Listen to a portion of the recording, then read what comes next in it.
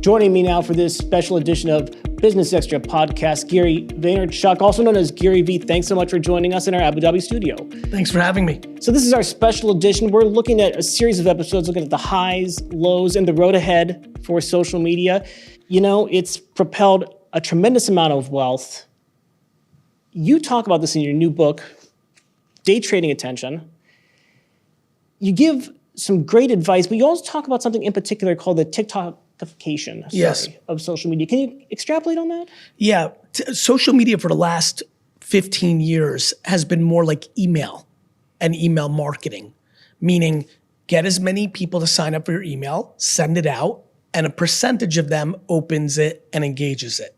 So I grew up in email marketing for Wine Library, and so when social came and I built Gary V, I understood it. I'm like, let me get as many followers as I can on the merit of my content, and then a percentage of those people will see my content every time. About 3-4 years ago, what you saw was TikTok gaining real steam, and what you understood was it was interest graph. The algorithm took the content. So for everybody who's listening, the fact that I've spent 15 years doing good work and amassed this huge following, quote unquote, gives me almost that's a little bit extreme, but I don't have as big of advantage of getting my content out today as I did 4 years ago, because now if you make a good piece of content and you've never posted before, it could get 500,000 views, and I could put out a piece of content that only gets 40,000 views, and so the algorithms are taking over the feed based on people's interests more so than based on who they follow. So I would argue that we are in social media is no longer about the human part, the social graph. It's now around the interest graph, which is actually much more similar to how people consume information.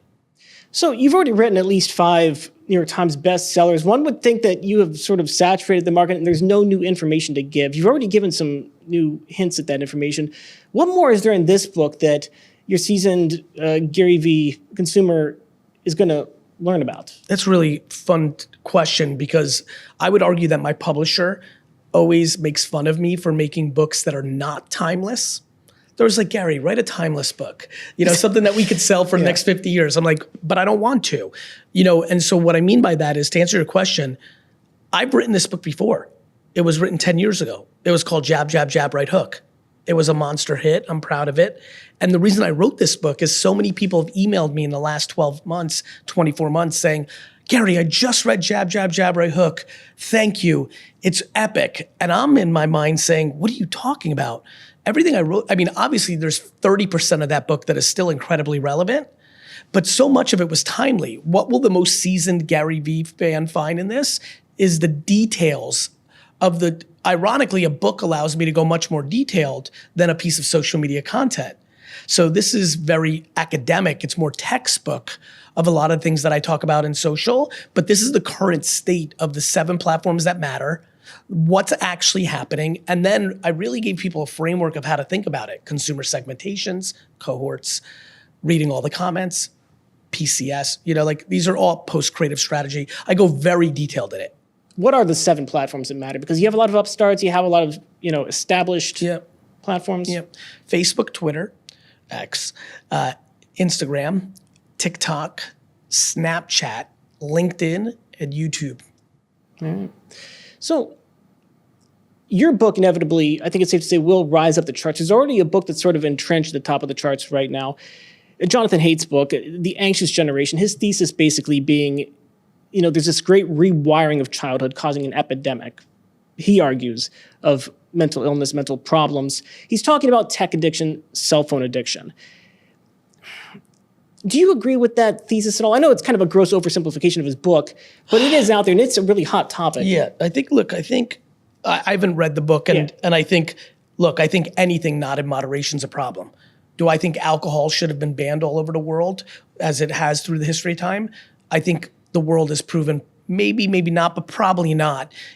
Meaning anything, sugar is a problem if you consume too much of it. So, without knowing what the details of the book are, if he's saying being on your cell phone 15 hours a day constantly has some ramifications, of course. My argument's a little bit different. which is I think we have a parenting pandemic. Well, that's interesting. I mean, Because let me just jump in yeah. to say very simple. When people stop me at the airport because they know I talk about social media, they're like, Gary, this is a real problem. My 14-year-old is on Snapchat all day. It's a real problem. The easiest answer of any question I have is that I look them in the face and say, then be a parent. Take it away. Delete the app. Moderate your child. Like I think that there are probably enormous amounts of points in that book that I agree with. What I'm fascinated by is that we are in a generation of parenting that is not willing to have children face consequences and ramifications for their actions. And I think that's our issue. Going with that, doesn't every generation say that about the generation that follows it, and vice versa? Yes. I mean, Yes, I think in social terms of- media yeah. is amateur hour compared to what kids in 25 years are going to be doing. and in terms of accountability, though, we shouldn't necessarily absolve big tech either, though, in that same breath. Or maybe you just, I don't know. No, I fully agree. My argument is we are always talking about big tech. We're talking about regulation all the time. Why aren't we talking about parents that don't have any parenting skills? I think our issue is parenting. I don't think that Google or Facebook should get a free pass. I think parenting's getting a free pass. Point well taken.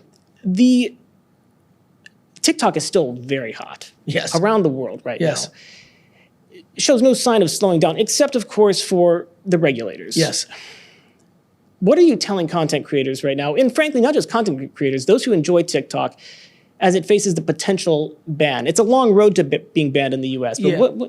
how do people hedge their bets? I mean, I think anybody who relies on TikTok for their career that isn't building out presence on YouTube Shorts, on Snap Spotlight, on Facebook, Instagram, that's just not smart.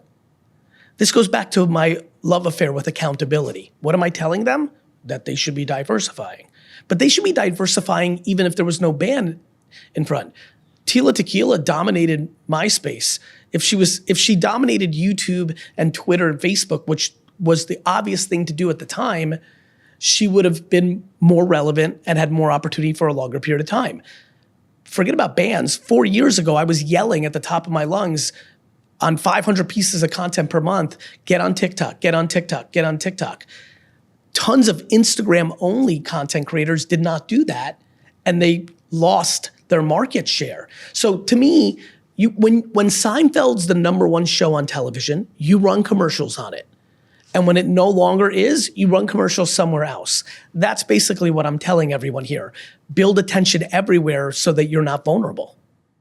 what do you make of X right now? It's been a tumultuous few years. Yep. Elon Musk, I think it's safe to say, his decisions have created a sort of mercurial platform. What do you make of it? It's not the same Twitter it used to be, I think. Or X, sorry. Yeah, what's funny? It's the same Twitter X it's been for a while. It is not, from my point of view, as someone who studies it pretty hard, it's not so remarkably different than, the only difference is he's actually doing things with it. If you're talking about it's contentious, every town hall is always contentious.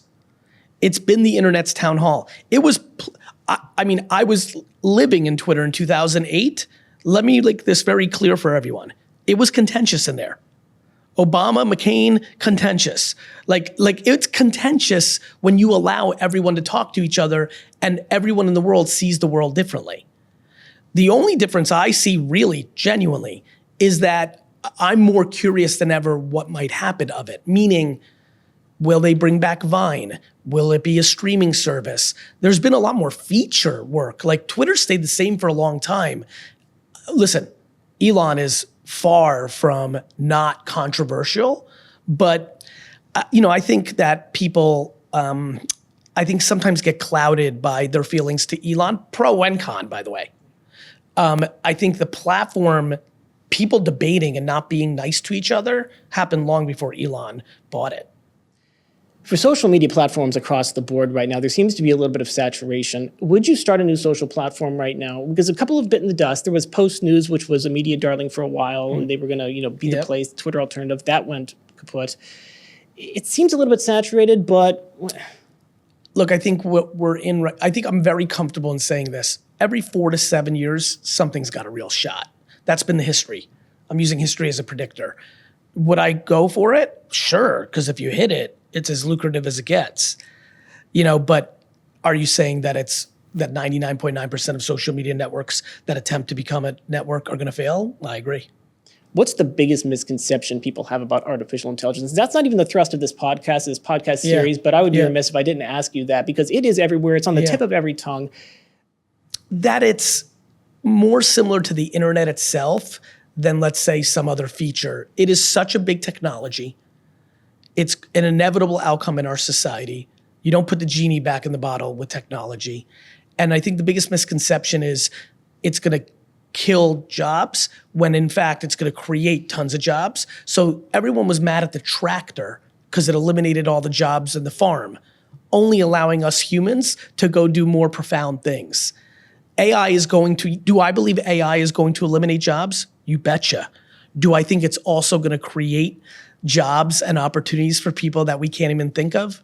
I do. So I think people have decided, and this goes with social media as well, social media and AI sit in a very similar place with the world's feelings right now, which is people choose cynicism. People choose negativity. The biggest misconception is all the things that everyone thinks are going to be bad may be true, but they're spending no time on all the things that are going to be good. We're storytellers. We're a news organization, but ultimately we are storytellers. Yes. And the big argument back and forth is, how long should this video be? How long should this piece of content be? Are attention spans getting shorter, or are people just not very good at storytelling? Is there truth somewhere in between? Attention spans are not shorter. People are binge watching 8 episodes of Netflix for 7 hours on a Saturday afternoon. And then people are not watching a 6-second video after 1 second because it's a piece of crap. By the way, this is why I wrote this book. There is science around art to be good at short form content. And to your point, the skill of storytelling matters. People will watch a 3-hour film if it's good, and they won't watch a 10-second video if it's bad. So this is a merit-based game. I also remind people that these mediums didn't exist 30 years ago. We didn't have the option to watch a lot of short form video. It's not how the world worked. And so there was a time where people said magazines were short form and they were bad because they weren't books. By the time we were all growing up, magazines were normal. Kids that are born today won't even know what you're talking about when you talk about short form content, because it was just always there for them. And something else I always ask people on this podcast, I know you have a jam-packed schedule. You've done a lot of these interviews. You talked a lot about your book. Is there anything that I'm not asking, or is there anything that other people haven't asked you about this book that you want people to know? Anything that's getting missed? It's very kind how you're asking it. Honestly, in the meta of the way you asked that, I go on programs not particularly excited about getting something off my chest, or I could do plenty of my own promoting to get my things done. I'm obsessed with bringing value.